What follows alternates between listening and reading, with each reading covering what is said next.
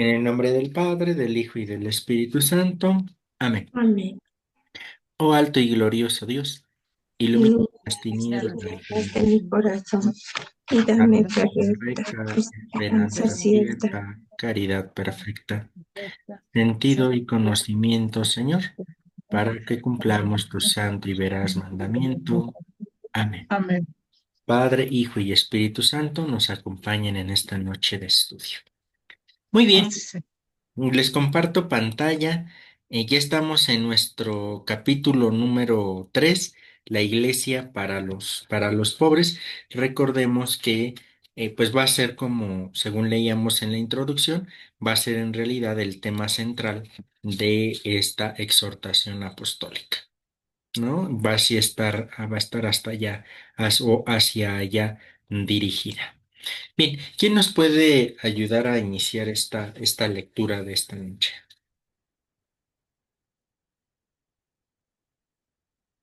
¿Quién se anima?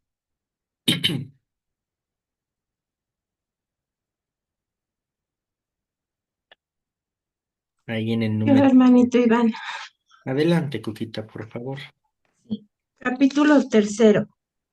Una iglesia para los pobres. 3 días después de su elección, mi predecesor expresó a los representantes de los medios de comunicación su deseo de que la iglesia mostrara más claramente su cuidado y atención hacia los pobres. Ah, cómo quisiera una iglesia pobre y para los pobres.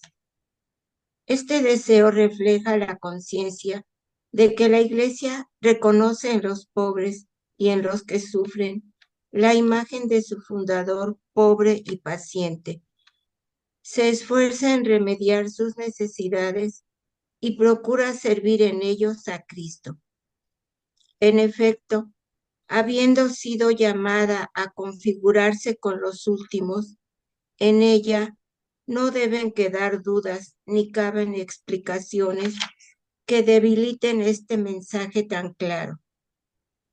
Hay que decir sin vueltas que existe un vínculo inseparable entre nuestra fe y los pobres.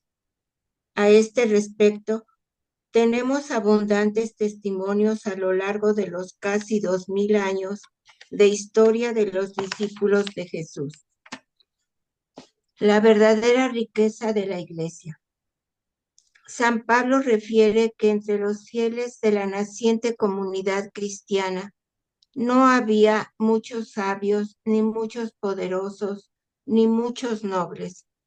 Sin embargo, a pesar de su propia pobreza, los primeros cristianos tienen clara conciencia de la necesidad de acudir a aquellos que sufren mayores privaciones. Ya en los albores del cristianismo, los apóstoles impusieron las manos sobre 7 hombres elegidos por la comunidad y, en cierta medida, los integraron en su propio ministerio, instituyéndolos para el servicio, en griego, diaconía, de los más pobres. Es significativo que el primer discípulo en dar testimonio de su fe en Cristo con el derramamiento de su propia sangre fuera San Esteban, que formaba parte de este grupo. En él se unen el testimonio de vida en la atención a los necesitados y el martirio. Poco después de poco más de 2 siglos después, otro diácono manifestará su adhesión a Jesucristo en modo semejante, uniendo en su vida el servicio a los pobres y el martirio, San Lorenzo. Del relato de San Ambrosio comprendemos que Lorenzo, diácono en Roma, en el pontificado del Papa Sixto II, al ser obligado por las autoridades romanas a entregar los tesoros de la iglesia, al día siguiente trajo consigo a los pobres. Cuando le preguntaron dónde estaban los tesoros que había prometido, les mostró a los pobres diciendo: estos son los tesoros de la iglesia. Al narrar este episodio, Ambrosio pregunta, ¿qué mejores tesoros tendría Cristo que aquellos en los que él mismo dijo que estaba? Y recordando que los ministros de la Iglesia nunca deben descuidar el cuidado de los pobres, menos aún acumular bienes en beneficio propio, afirma. Es necesario que cada uno de nosotros cumpla con esta obligación con fe sincera y providencia perspicaz. Sin duda, si alguien desvía algo para su propio beneficio, eso es un delito, pero si lo da a los pobres, si rescata al cautivo, eso es misericordia. ¿Seguimos, hermano? Sí, Cuquita, por favor. Está haciendo, Sí. bueno, una especie de ejemplificación de varios santos, ¿no? En ese sentido podemos seguir. Los padres de la Iglesia y los pobres. Desde los primeros siglos, los padres de la Iglesia reconocieron en el pobre un acceso privilegiado a Dios, un modo especial para encontrarlo. La caridad hacia los necesitados no se entendía como una simple virtud moral, sino como expresión concreta de la fe en el Verbo encarnado. La comunidad de fieles, sostenida por la fuerza del Espíritu Santo, se encuentra arraigada en la cercanía a los pobres, que en ella no son un apéndice, sino parte esencial de su cuerpo vivo. San Ignacio de Antioquía, por ejemplo, camino del martirio, exhortaba a los fieles de la comunidad de Esmirna a no descuidar el deber de la caridad para con los más necesitados, advirtiéndoles que no procedieran como los que se oponían a Dios.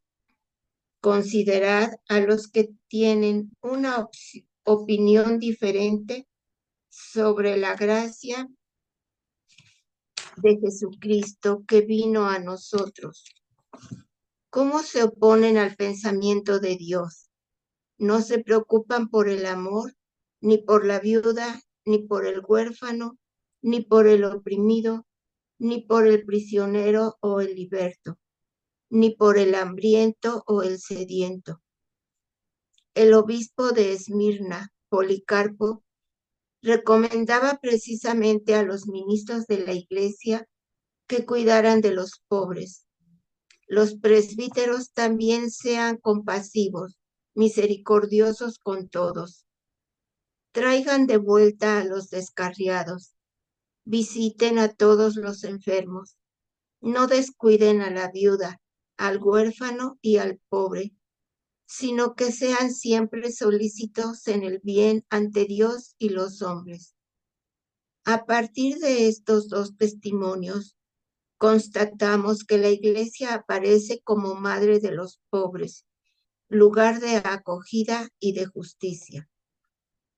San Justino, por su parte, en su primera apología, dirigida al emperador Adriano, al Senado y al pueblo romano, explicaba que los cristianos llevaban a los necesitados todo lo que podían, porque veían en ellos hermanos y hermanas en Cristo. Al escribir sobre la asamblea de oración del primer día de la semana, destacaba que en el centro de la liturgia cristiana no se puede separar el culto a Dios de la atención a los pobres.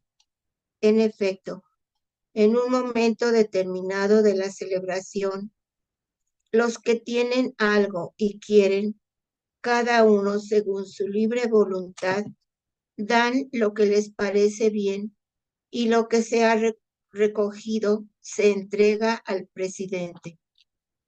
Él lo distribuye a los huérfanos y viudas, a los que por enfermedad u otra causa están necesitados, a los que están en las cárceles, a los extranjeros de paso. En una palabra, se convierte en el proveedor de todos los que se encuentran indigentes. Así se da testimonio de que la iglesia naciente no separaba el creer de la acción social.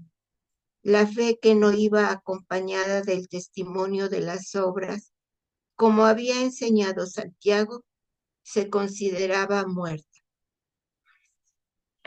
San Juan Crisóstomo.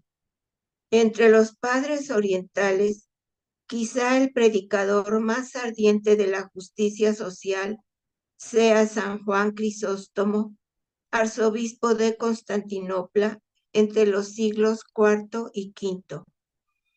En sus homilías exhortaba a los fieles a reconocer a Cristo en los necesitados. ¿Quieres honrar el cuerpo de Cristo? No permitas que sea despreciado en sus miembros, es decir, en los pobres que no tienen que vestir, ni lo honres aquí en el templo con vestiduras de seda, mientras fuera lo abandonas al frío y a la desnudez. En el templo, el cuerpo de Cristo no necesita mantos, sino almas puras.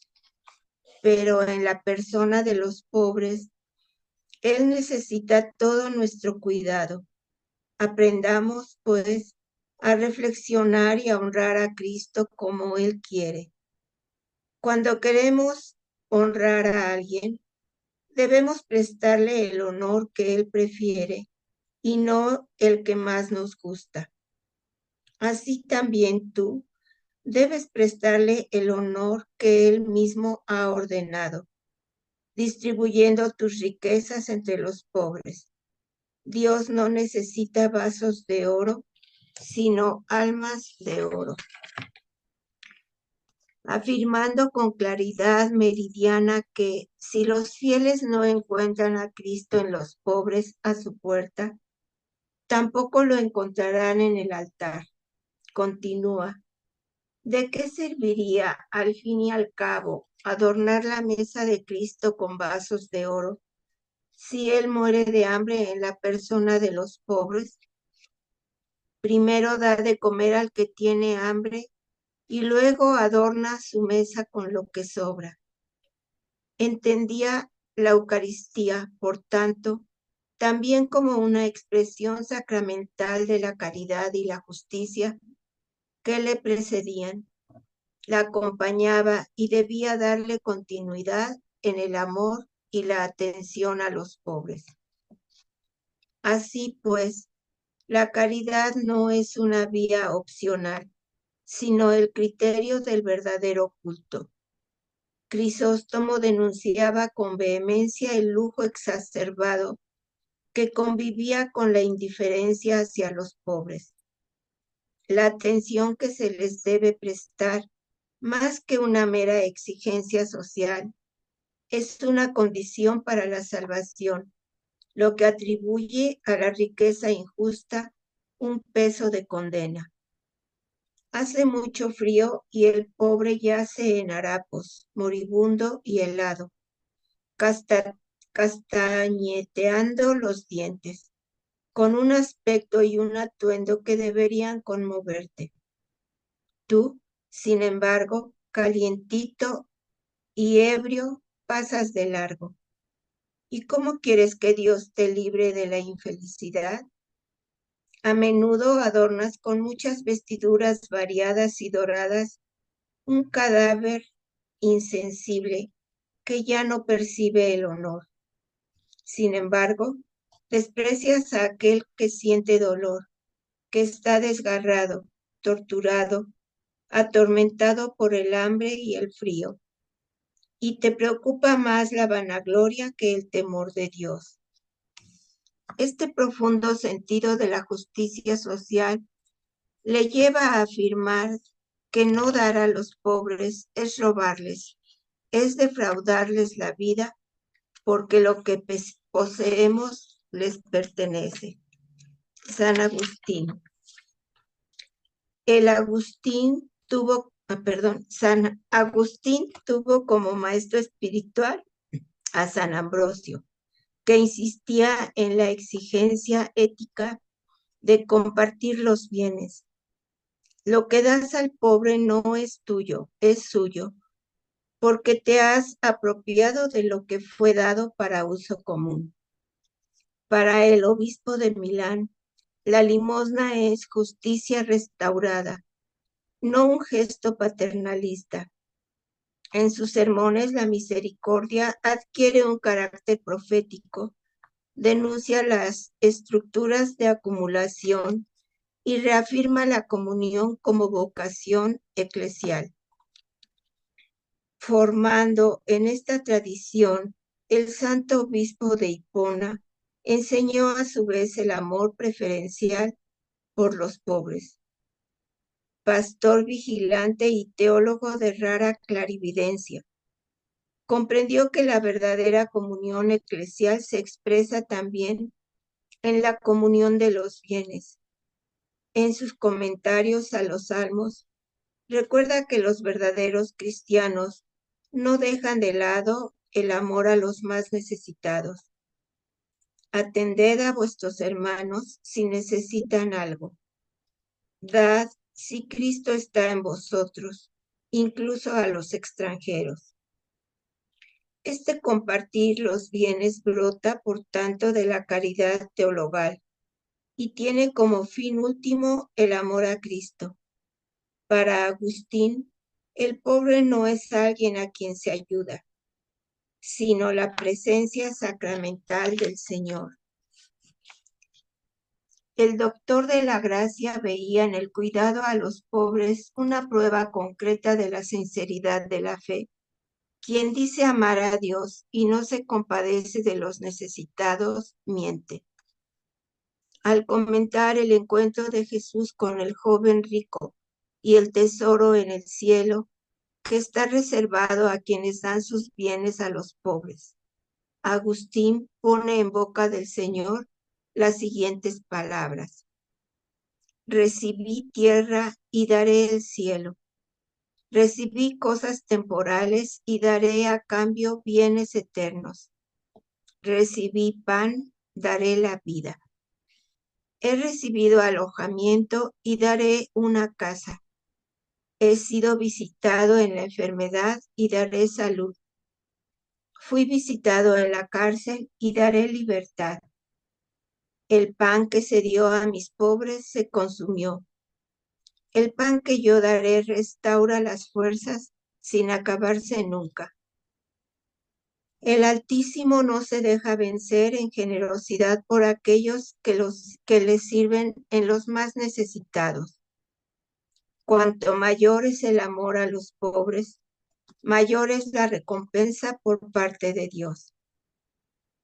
Esta mirada cristocéntrica y profundamente eclesial lleva a sostener que las ofrendas, cuando nacen del amor, no solo alivian la necesidad del hermano, sino que también purifican el corazón de quien da y está dispuesto a la conversión.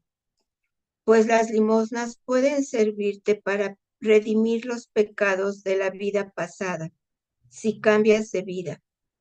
Son, por así decirlo, el camino ordinario de conversión de quien desea seguir a Cristo con corazón indiviso.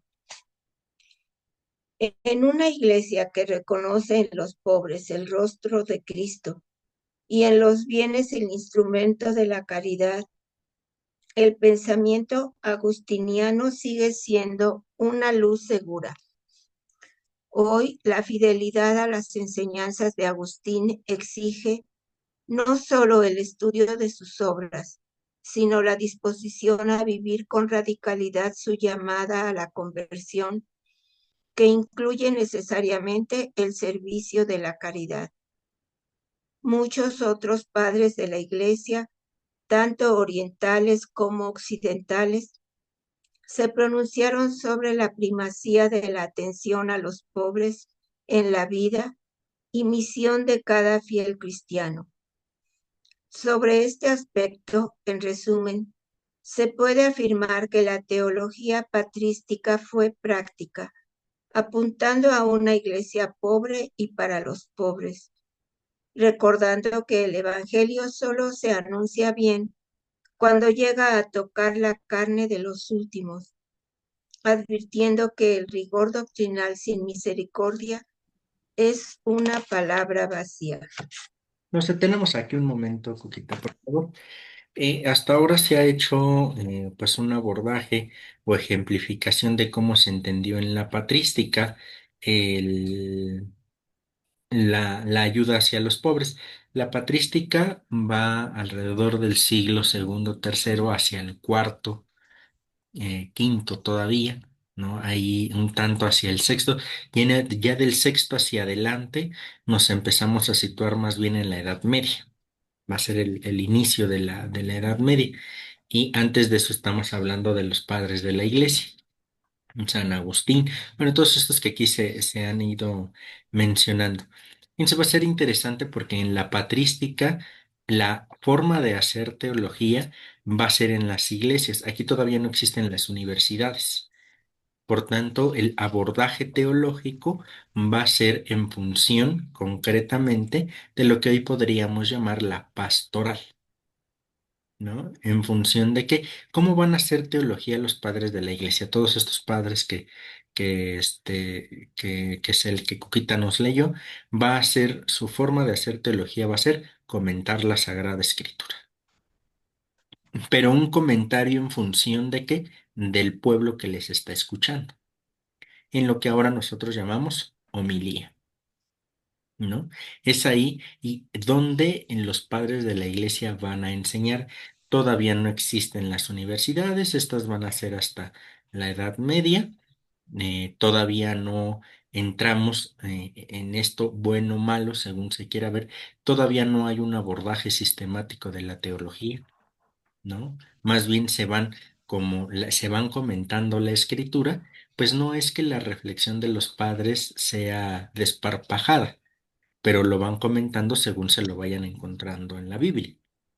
Esto nos lleva a que con ellos no nos encontramos todavía todo un tratado sistemático de la teología, sino más bien comentarios. Lo importante aquí para nuestro caso de esta exhortación apostólica Dilexite es que los padres de la Iglesia en los primeros siglos sí va a encontrar una fuerte relación entre fe y caridad para con los más necesitados. Va a haber gestos muy interesantes aquí de los padres de la iglesia en las comunidades primitivas. De hecho, no sé si esto ya se los había comentado, pero los episcopos, los obispos, eran elegidos por el mismo pueblo. ¿No? Entonces, en este caso había una cercanía tremenda. Hoy a la teología, por ejemplo, se le suele criticar a veces que la teología se hace mucho en las universidades y poco en las parroquias, ¿no? Pero con los padres y viceversa, que la pastoral se hace en la parroquia y nada de pastoral en las universidades. ¿No? Una perspectiva ahí compleja. ¿Por qué? Porque podemos considerar incluso, digo, yo hablo desde el campo universitario, ¿verdad? También podemos considerar que el hecho de estar en la universidad es una forma de pastoral, ¿no? Y que a su vez los que están en parroquias mismos, pues también han de desempolvar de vez en cuando un librito, ¿no? Para lo que suelen llamar la actualización teológica o las semanas de estudio.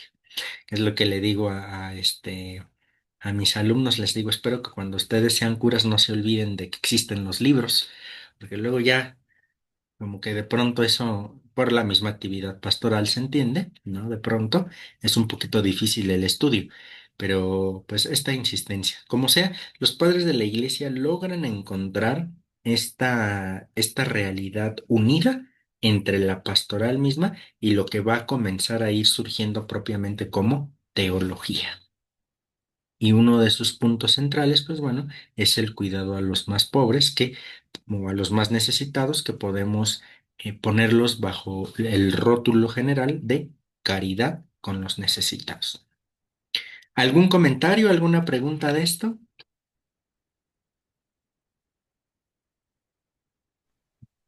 Iván, Sí, Noelia. A mí me gustó esta frase de San Juan Crisóstomo: la atención que se les debe prestar, más que una exigencia social, es una condición para la salvación. Yo creo que esto nos dice mucho, ¿no? Y es pues es una gran carga, ¿no? Ujú. Porque muchas veces, eh, si no tenemos bien claro lo que es la caridad, el ayudar al pobre, y ya que estamos hablando que no tanto romantizarlos, pero sí lo que realmente necesitan, si no hacemos una parte de esa, pues también no podremos salvarnos, ¿no? Así como comentas, ni tanto que leamos, ni tanto que practiquemos, ¿no? Sino es como por decir un equilibrio, ¿no? Un poquito de esto, un poquito del otro, para poder, pues sí, salir adelante, ¿no? Para tener esta salvación. Me gustó mucho esa frase, quise comentarla. Sí, sí, sí, Noelia. Yo voy siguiendo también la lectura acá en el físico y por eso de pronto como que me tardo en subir porque tengo que estar atento a los dos. Pero sí, yo también subrayé esa frase en el 42. Esta no es, bueno, que a final de cuentas sí es una exigencia social, entendido como que estamos insertos en esta sociedad, pero que más allá de eso es una condición de salvación. ¿Qué es lo que en otros momentos yo les he dicho como con las obras de misericordia como criterio de salvación, ¿no?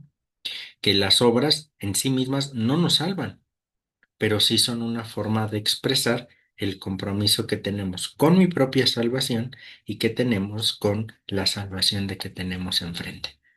Que la salvación personal sí, pero no individualista, que es distinto. ¿No? Entonces, sí, efectivamente, hay esto que se va presentando, que no se trata solo de una cuestión ética, política, social, ¿no? Que es una cuestión de caridad, pero el término caridad con toda la connotación teológica que implica, ¿no? La caridad. Muy bien. ¿Algún otro comentario?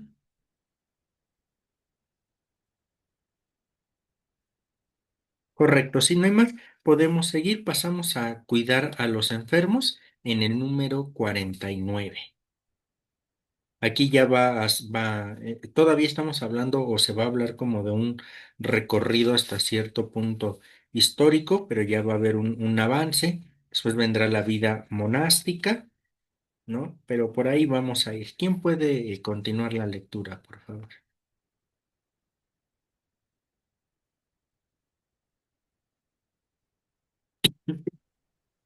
Continúo, Iván. Adelante, Noelia, por favor.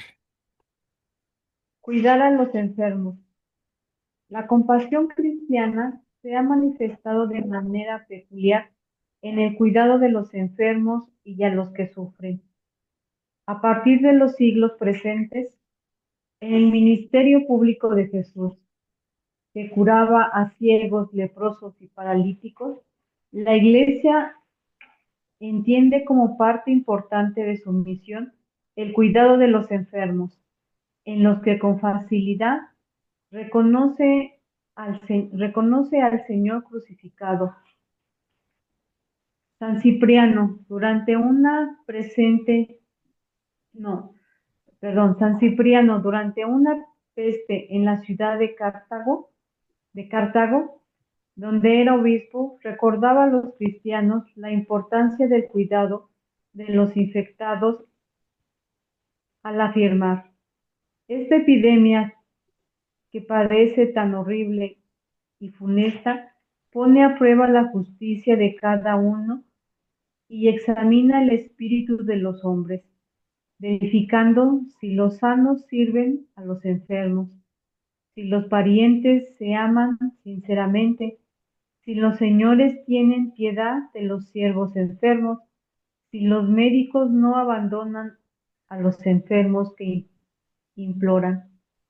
La tradición cristiana de visitar a los enfermos, de lavar sus heridas, de consolar a los afligidos, no se conduce a una manera obra de filantropía, sino que es una acción eclesial a través de la cual en los enfermos los miembros de la Iglesia tocan la carne suficiente de Cristo. En el siglo XVI, San Juan de Dios, al fundar la orden hospitalaria que lleva su nombre, creó hospitales modelos que acogían a todos, independientemente de su condición social o económica. Su famosa expresión, "Haced el bien, hermanos", se convirtió en el lema de la caridad activa con los enfermos. Contemporáneamente, San Camilo de Lesis fundó la Orden de los Ministros de los Enfermos, los Camilos, asumiendo como misión servir a los enfermos con toda dedicación. Su regla ordena que cada uno solicite al Señor la gracia de tener un afecto material hacia su prójimo para poderlo servir con todo amor caritativo en el alma y el cuerpo, porque deseamos, con toda gracia de Dios, servir a todos los enfermos con el mismo efecto que una madre amorosa suele asistir a su único hijo enfermo. En hospitales, campos de batalla, prisiones y calles, los Camilos enmarcaron la misericordia de Cristo médico. Cuidando a los enfermos con cariño maternal, como una madre cuida a su hijo, muchas mujeres consagradas desempeñaron un papel aún más difundido en la atención sanitaria de los pobres. Las hijas de la caridad de San Vicente de Paúl, las hermanas hospitalarias, las pequeñas siervas de la Divina Providencia y tantas otras congregaciones femeninas se convirtieron en una presencia maternal y discreta en los hospitales, asilos y residencias de ancianos. Llevaban medicinas, escuchaban, presencia y sobre todo ternura. Construyeron a menudo con sus propias manos estructuras sanitarias en zonas sin asistencia médica. Enseñaban higiene, atendían partos, medicaban con sabiduría natural y fue profunda. Sus casas se convirtieron en oasis de dignidad, donde nadie era excluido. El toque de la compasión era el primer remedio. Santa Luisa de Marillac escribía a sus hermanas, las hijas de la caridad, recordándoles que habían recibido la bendición especial de Dios para servir a los pobres enfermos en los hospitales. Hoy ese legado continúa en los hospitales católicos, los puestos de salud en las regiones periféricas, las misiones sanitarias en las selvas, los centros de acogida para toxicomanos y los hospitales de campaña en las zonas de guerra. La presencia cristiana junto a los enfermos revela que la salvación no es una idea abstracta, sino una acción concreta. En el gesto de limpiar una herida, la Iglesia proclama que el reino de Dios comienza entre los más vulnerables y al hacerlo permanece fiel aquel que dijo, estaba enfermo y me visitaron. Cuando la Iglesia se arrodilla junto a un leproso, a un niño destruido, a un moribundo anónimo, realiza su vocación más profunda, amar al Señor ahí donde Él es más desfigurado. El cuidado de los pobres en la vida monástica. La vida monástica, nacida en el silencio de los desiertos, fue desde sus inicios un testimonio de solidaridad. Los monjes los dejaban todo, riqueza, prestigio, familia, no solo por despreciar las riquezas del mundo, con templos medios, sino para encontrar en este despojo radical al Cristo pobre. San Basilio Magno, en su regla, no veía contradicción entre la vida de oración y recogimiento de los monjes y la acción en favor de los pobres. Para él, la hospitalidad y el cuidado de los necesitados eran parte integrante de la espiritualidad monástica, y los monjes, incluso después de haberlo dejado todo para alcanzar la pobreza, debían ayudar a los más pobres con su trabajo, ya que para poder socorrer a los necesitados es evidente que debemos trabajar con diligencia. Este modo de vida es provechoso no solo para someter el cuerpo, sino también por la caridad hacia el prójimo, para que por medio de nosotros Dios provea lo suficiente a los hermanos más débiles. Construyó en Cesarea, donde era obispo, un lugar conocido como Basiliades, que incluía alojamientos, hospitales y escuelas para los pobres y enfermos. El monje, por lo tanto, no era solo un asceta, sino un servidor. Basilio demostraba así que para estar cerca de Dios hay que estar cerca de los pobres.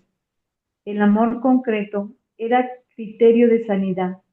Orar y cuidar, contemplar y cuidar y curar, escribir y acoger. Todo era expresión del mismo amor a Cristo. En Occidente, San Benito de Nurcia elaboró una regla que se convertiría en la columna vertebral de la espiritualidad monástica europea. En ella, la acogida de los pobres y los peregrinos ocupa un lugar de honor. Mostrar sobre todo un cuidado solícito en la recepción de los pobres y los peregrinos, porque sobre todo en ellos se recibe a Cristo. No se trata solo de palabras. Los monasterios benedictos fueron durante siglos lugares de refugio, peregrinos y mendigos. Para Benito, la vida comunitaria era una escuela de caridad. El trabajo manual no solo tenía una función práctica, sino que también formaba el corazón para el servicio. El compartir entre los monjes la atención a los enfermos y la escucha de los más frágiles preparaba para acoger a Cristo, que llegaba en la persona del pobre y el extranjero. La hospitalidad monástica benedictina pertenece hasta hoy como un signo de una iglesia que abre las puertas, que acoge sin preguntar, que cura sin exigir nada a cambio. Los monasterios benedictinos, con el tiempo, se convirtieron en lugares que contrataban la cultura de la exclusión. Los monjes cultivaban la tierra, producían alimentos, preparaban medicinas y los ofrecían con sencillez a los más necesitados. Su trabajo silencioso fue el fermento de una nueva civilización, donde los pobres no eran un problema que resolver, sino hermanos y hermanas que acoger.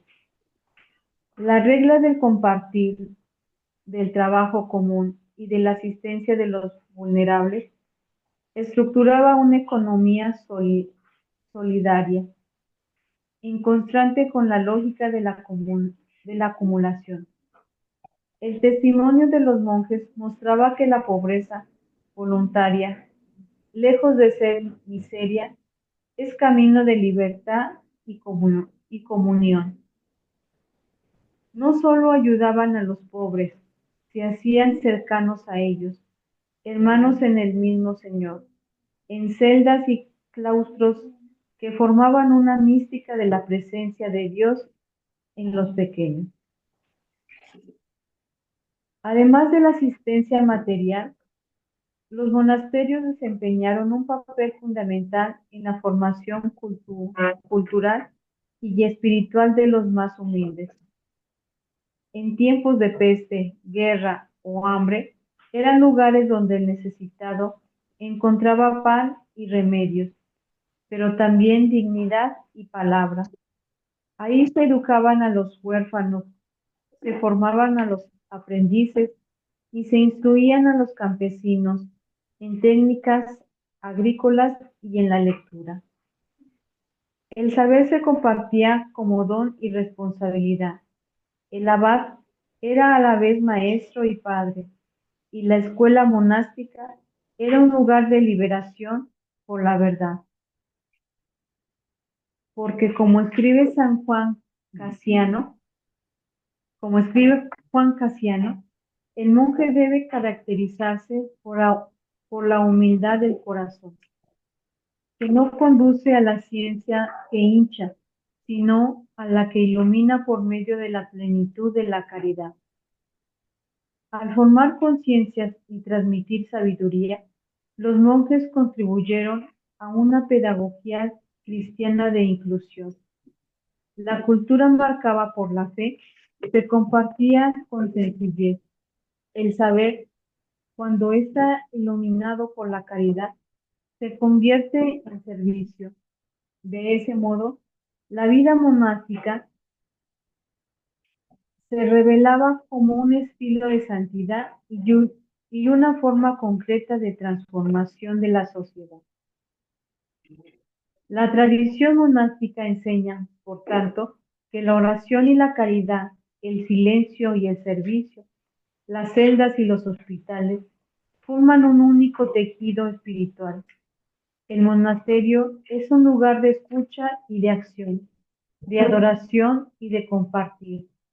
San Bernardo de Claraval, gran reformador de la orden cisterciense, declamó con decisión la necesidad de una vida sobria y moderada, tanto en la mesa como en la indumentaria y en los edificios monásticos, recomendando la sustentación y la solicitud por los pobres. Para él, la compasión no era opción accesoria, sino el camino real para seguir a Cristo. La vida monástica, por lo tanto, cuando es fiel a su vocación original, muestra que la Iglesia solo era plenamente esposa del Señor, cuando sea también hermana de los pobres. El claustro no es un mero refugio del mundo, sino una escuela en la que se aprende al servicio mejor. Ahí donde los monjes abrieron sus puertas a los pobres, la Iglesia reveló con humildad y firmeza que la contemplación no excluye la misericordia, sino que la exige como un fruto más puro. Aquí nos detenemos, Noelia. Si se fijan, hablar también de los enfermos, también va a ser también hablar de alguna manera de los necesitados. Posiblemente no con exactitud de un pobre, porque pues no es que la enfermedad solamente le dé a los pobres, ¿verdad? Sino que pues, en ese sentido a todo mundo nos puede llegar la enfermedad, ricos, pobres, etcétera.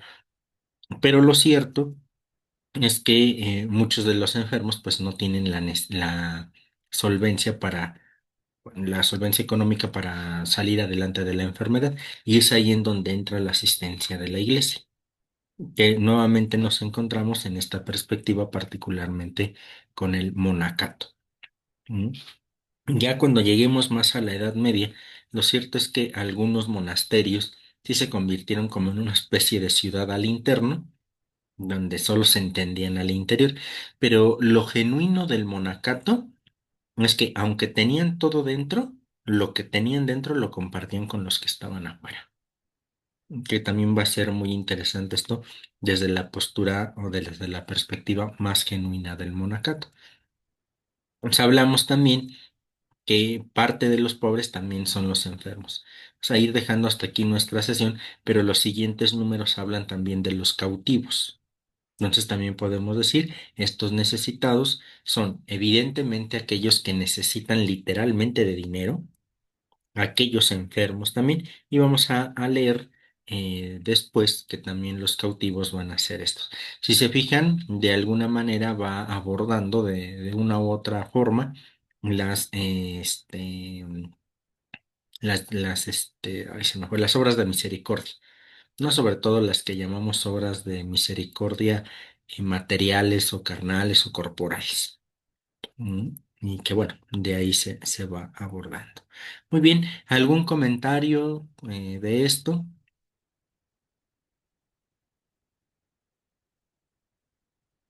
Pues aquí básicamente, hola, buenas noches Buenas a noches. todos. Básicamente aquí la virtud teologal a la que más hace referencia es a la caridad y entender a los pobres no como los que no tienen dinero o los que no cuentan con los recursos, sino como los que necesitan algo. Y caridad es darse, no es un bien material. Podemos dar el tiempo, como lo hacían aquí en el monacato, la atención, el lavar la herida, sin esperar recibir nada a cambio. Eso es más que nada, es caridad, es darse. Dar tu tiempo, dar tu atención, dar tu ternura, dar tu cariño, tu comprensión, tu escucha. Eso es caridad.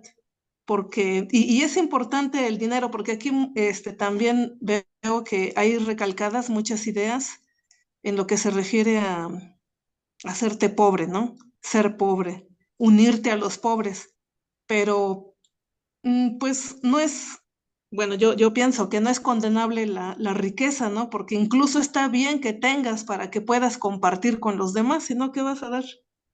Hablando de bienes materiales, está bien que tengas salud para que así tengas la fuerza, el ímpetu para poder asistir a otros, que tengas la alegría en tu vida, la paz, para que eso lo puedas compartir.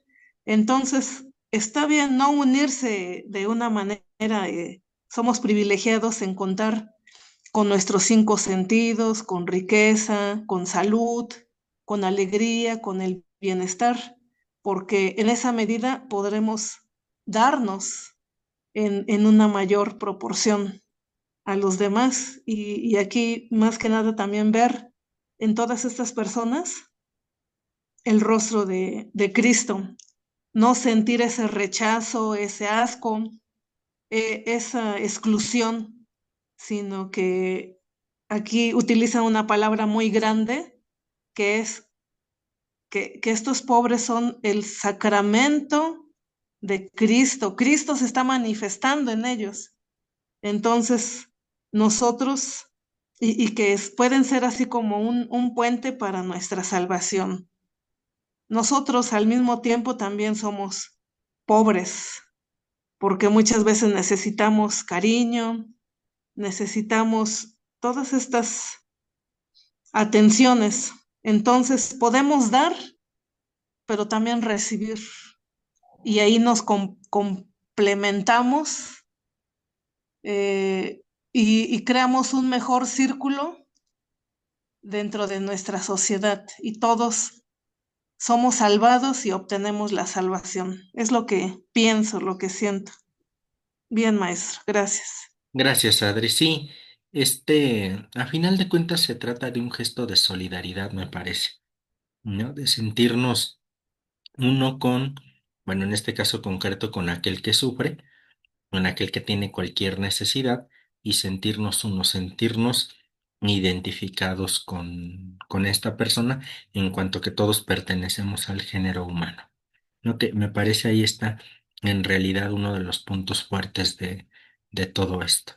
¿No? Más allá del solo, por eso la idea, más allá del solo gesto de ayudar por una cuestión ética o lo que sea, implica reconocer en el necesitado a Jesucristo, para desde ahí hacer esta unidad, esta solidaridad del género humano y poder seguir avanzando juntos. Me parece que es una clave también ahí de interpretación muy buena. Gracias, Adri. Pues muy bien, vamos a ir cerrando nuestra sesión aquí. La próxima semana no tendríamos club de lectura, pero tendríamos charlas, ya es la última de mes, y tendríamos nuestra charla. Vamos a girar todavía un poquito en torno a la antropología teológica, que era la temática que teníamos, para no desprendernos de ahí. Durante esta semana o el fin de semana envío la invitación como cada mes.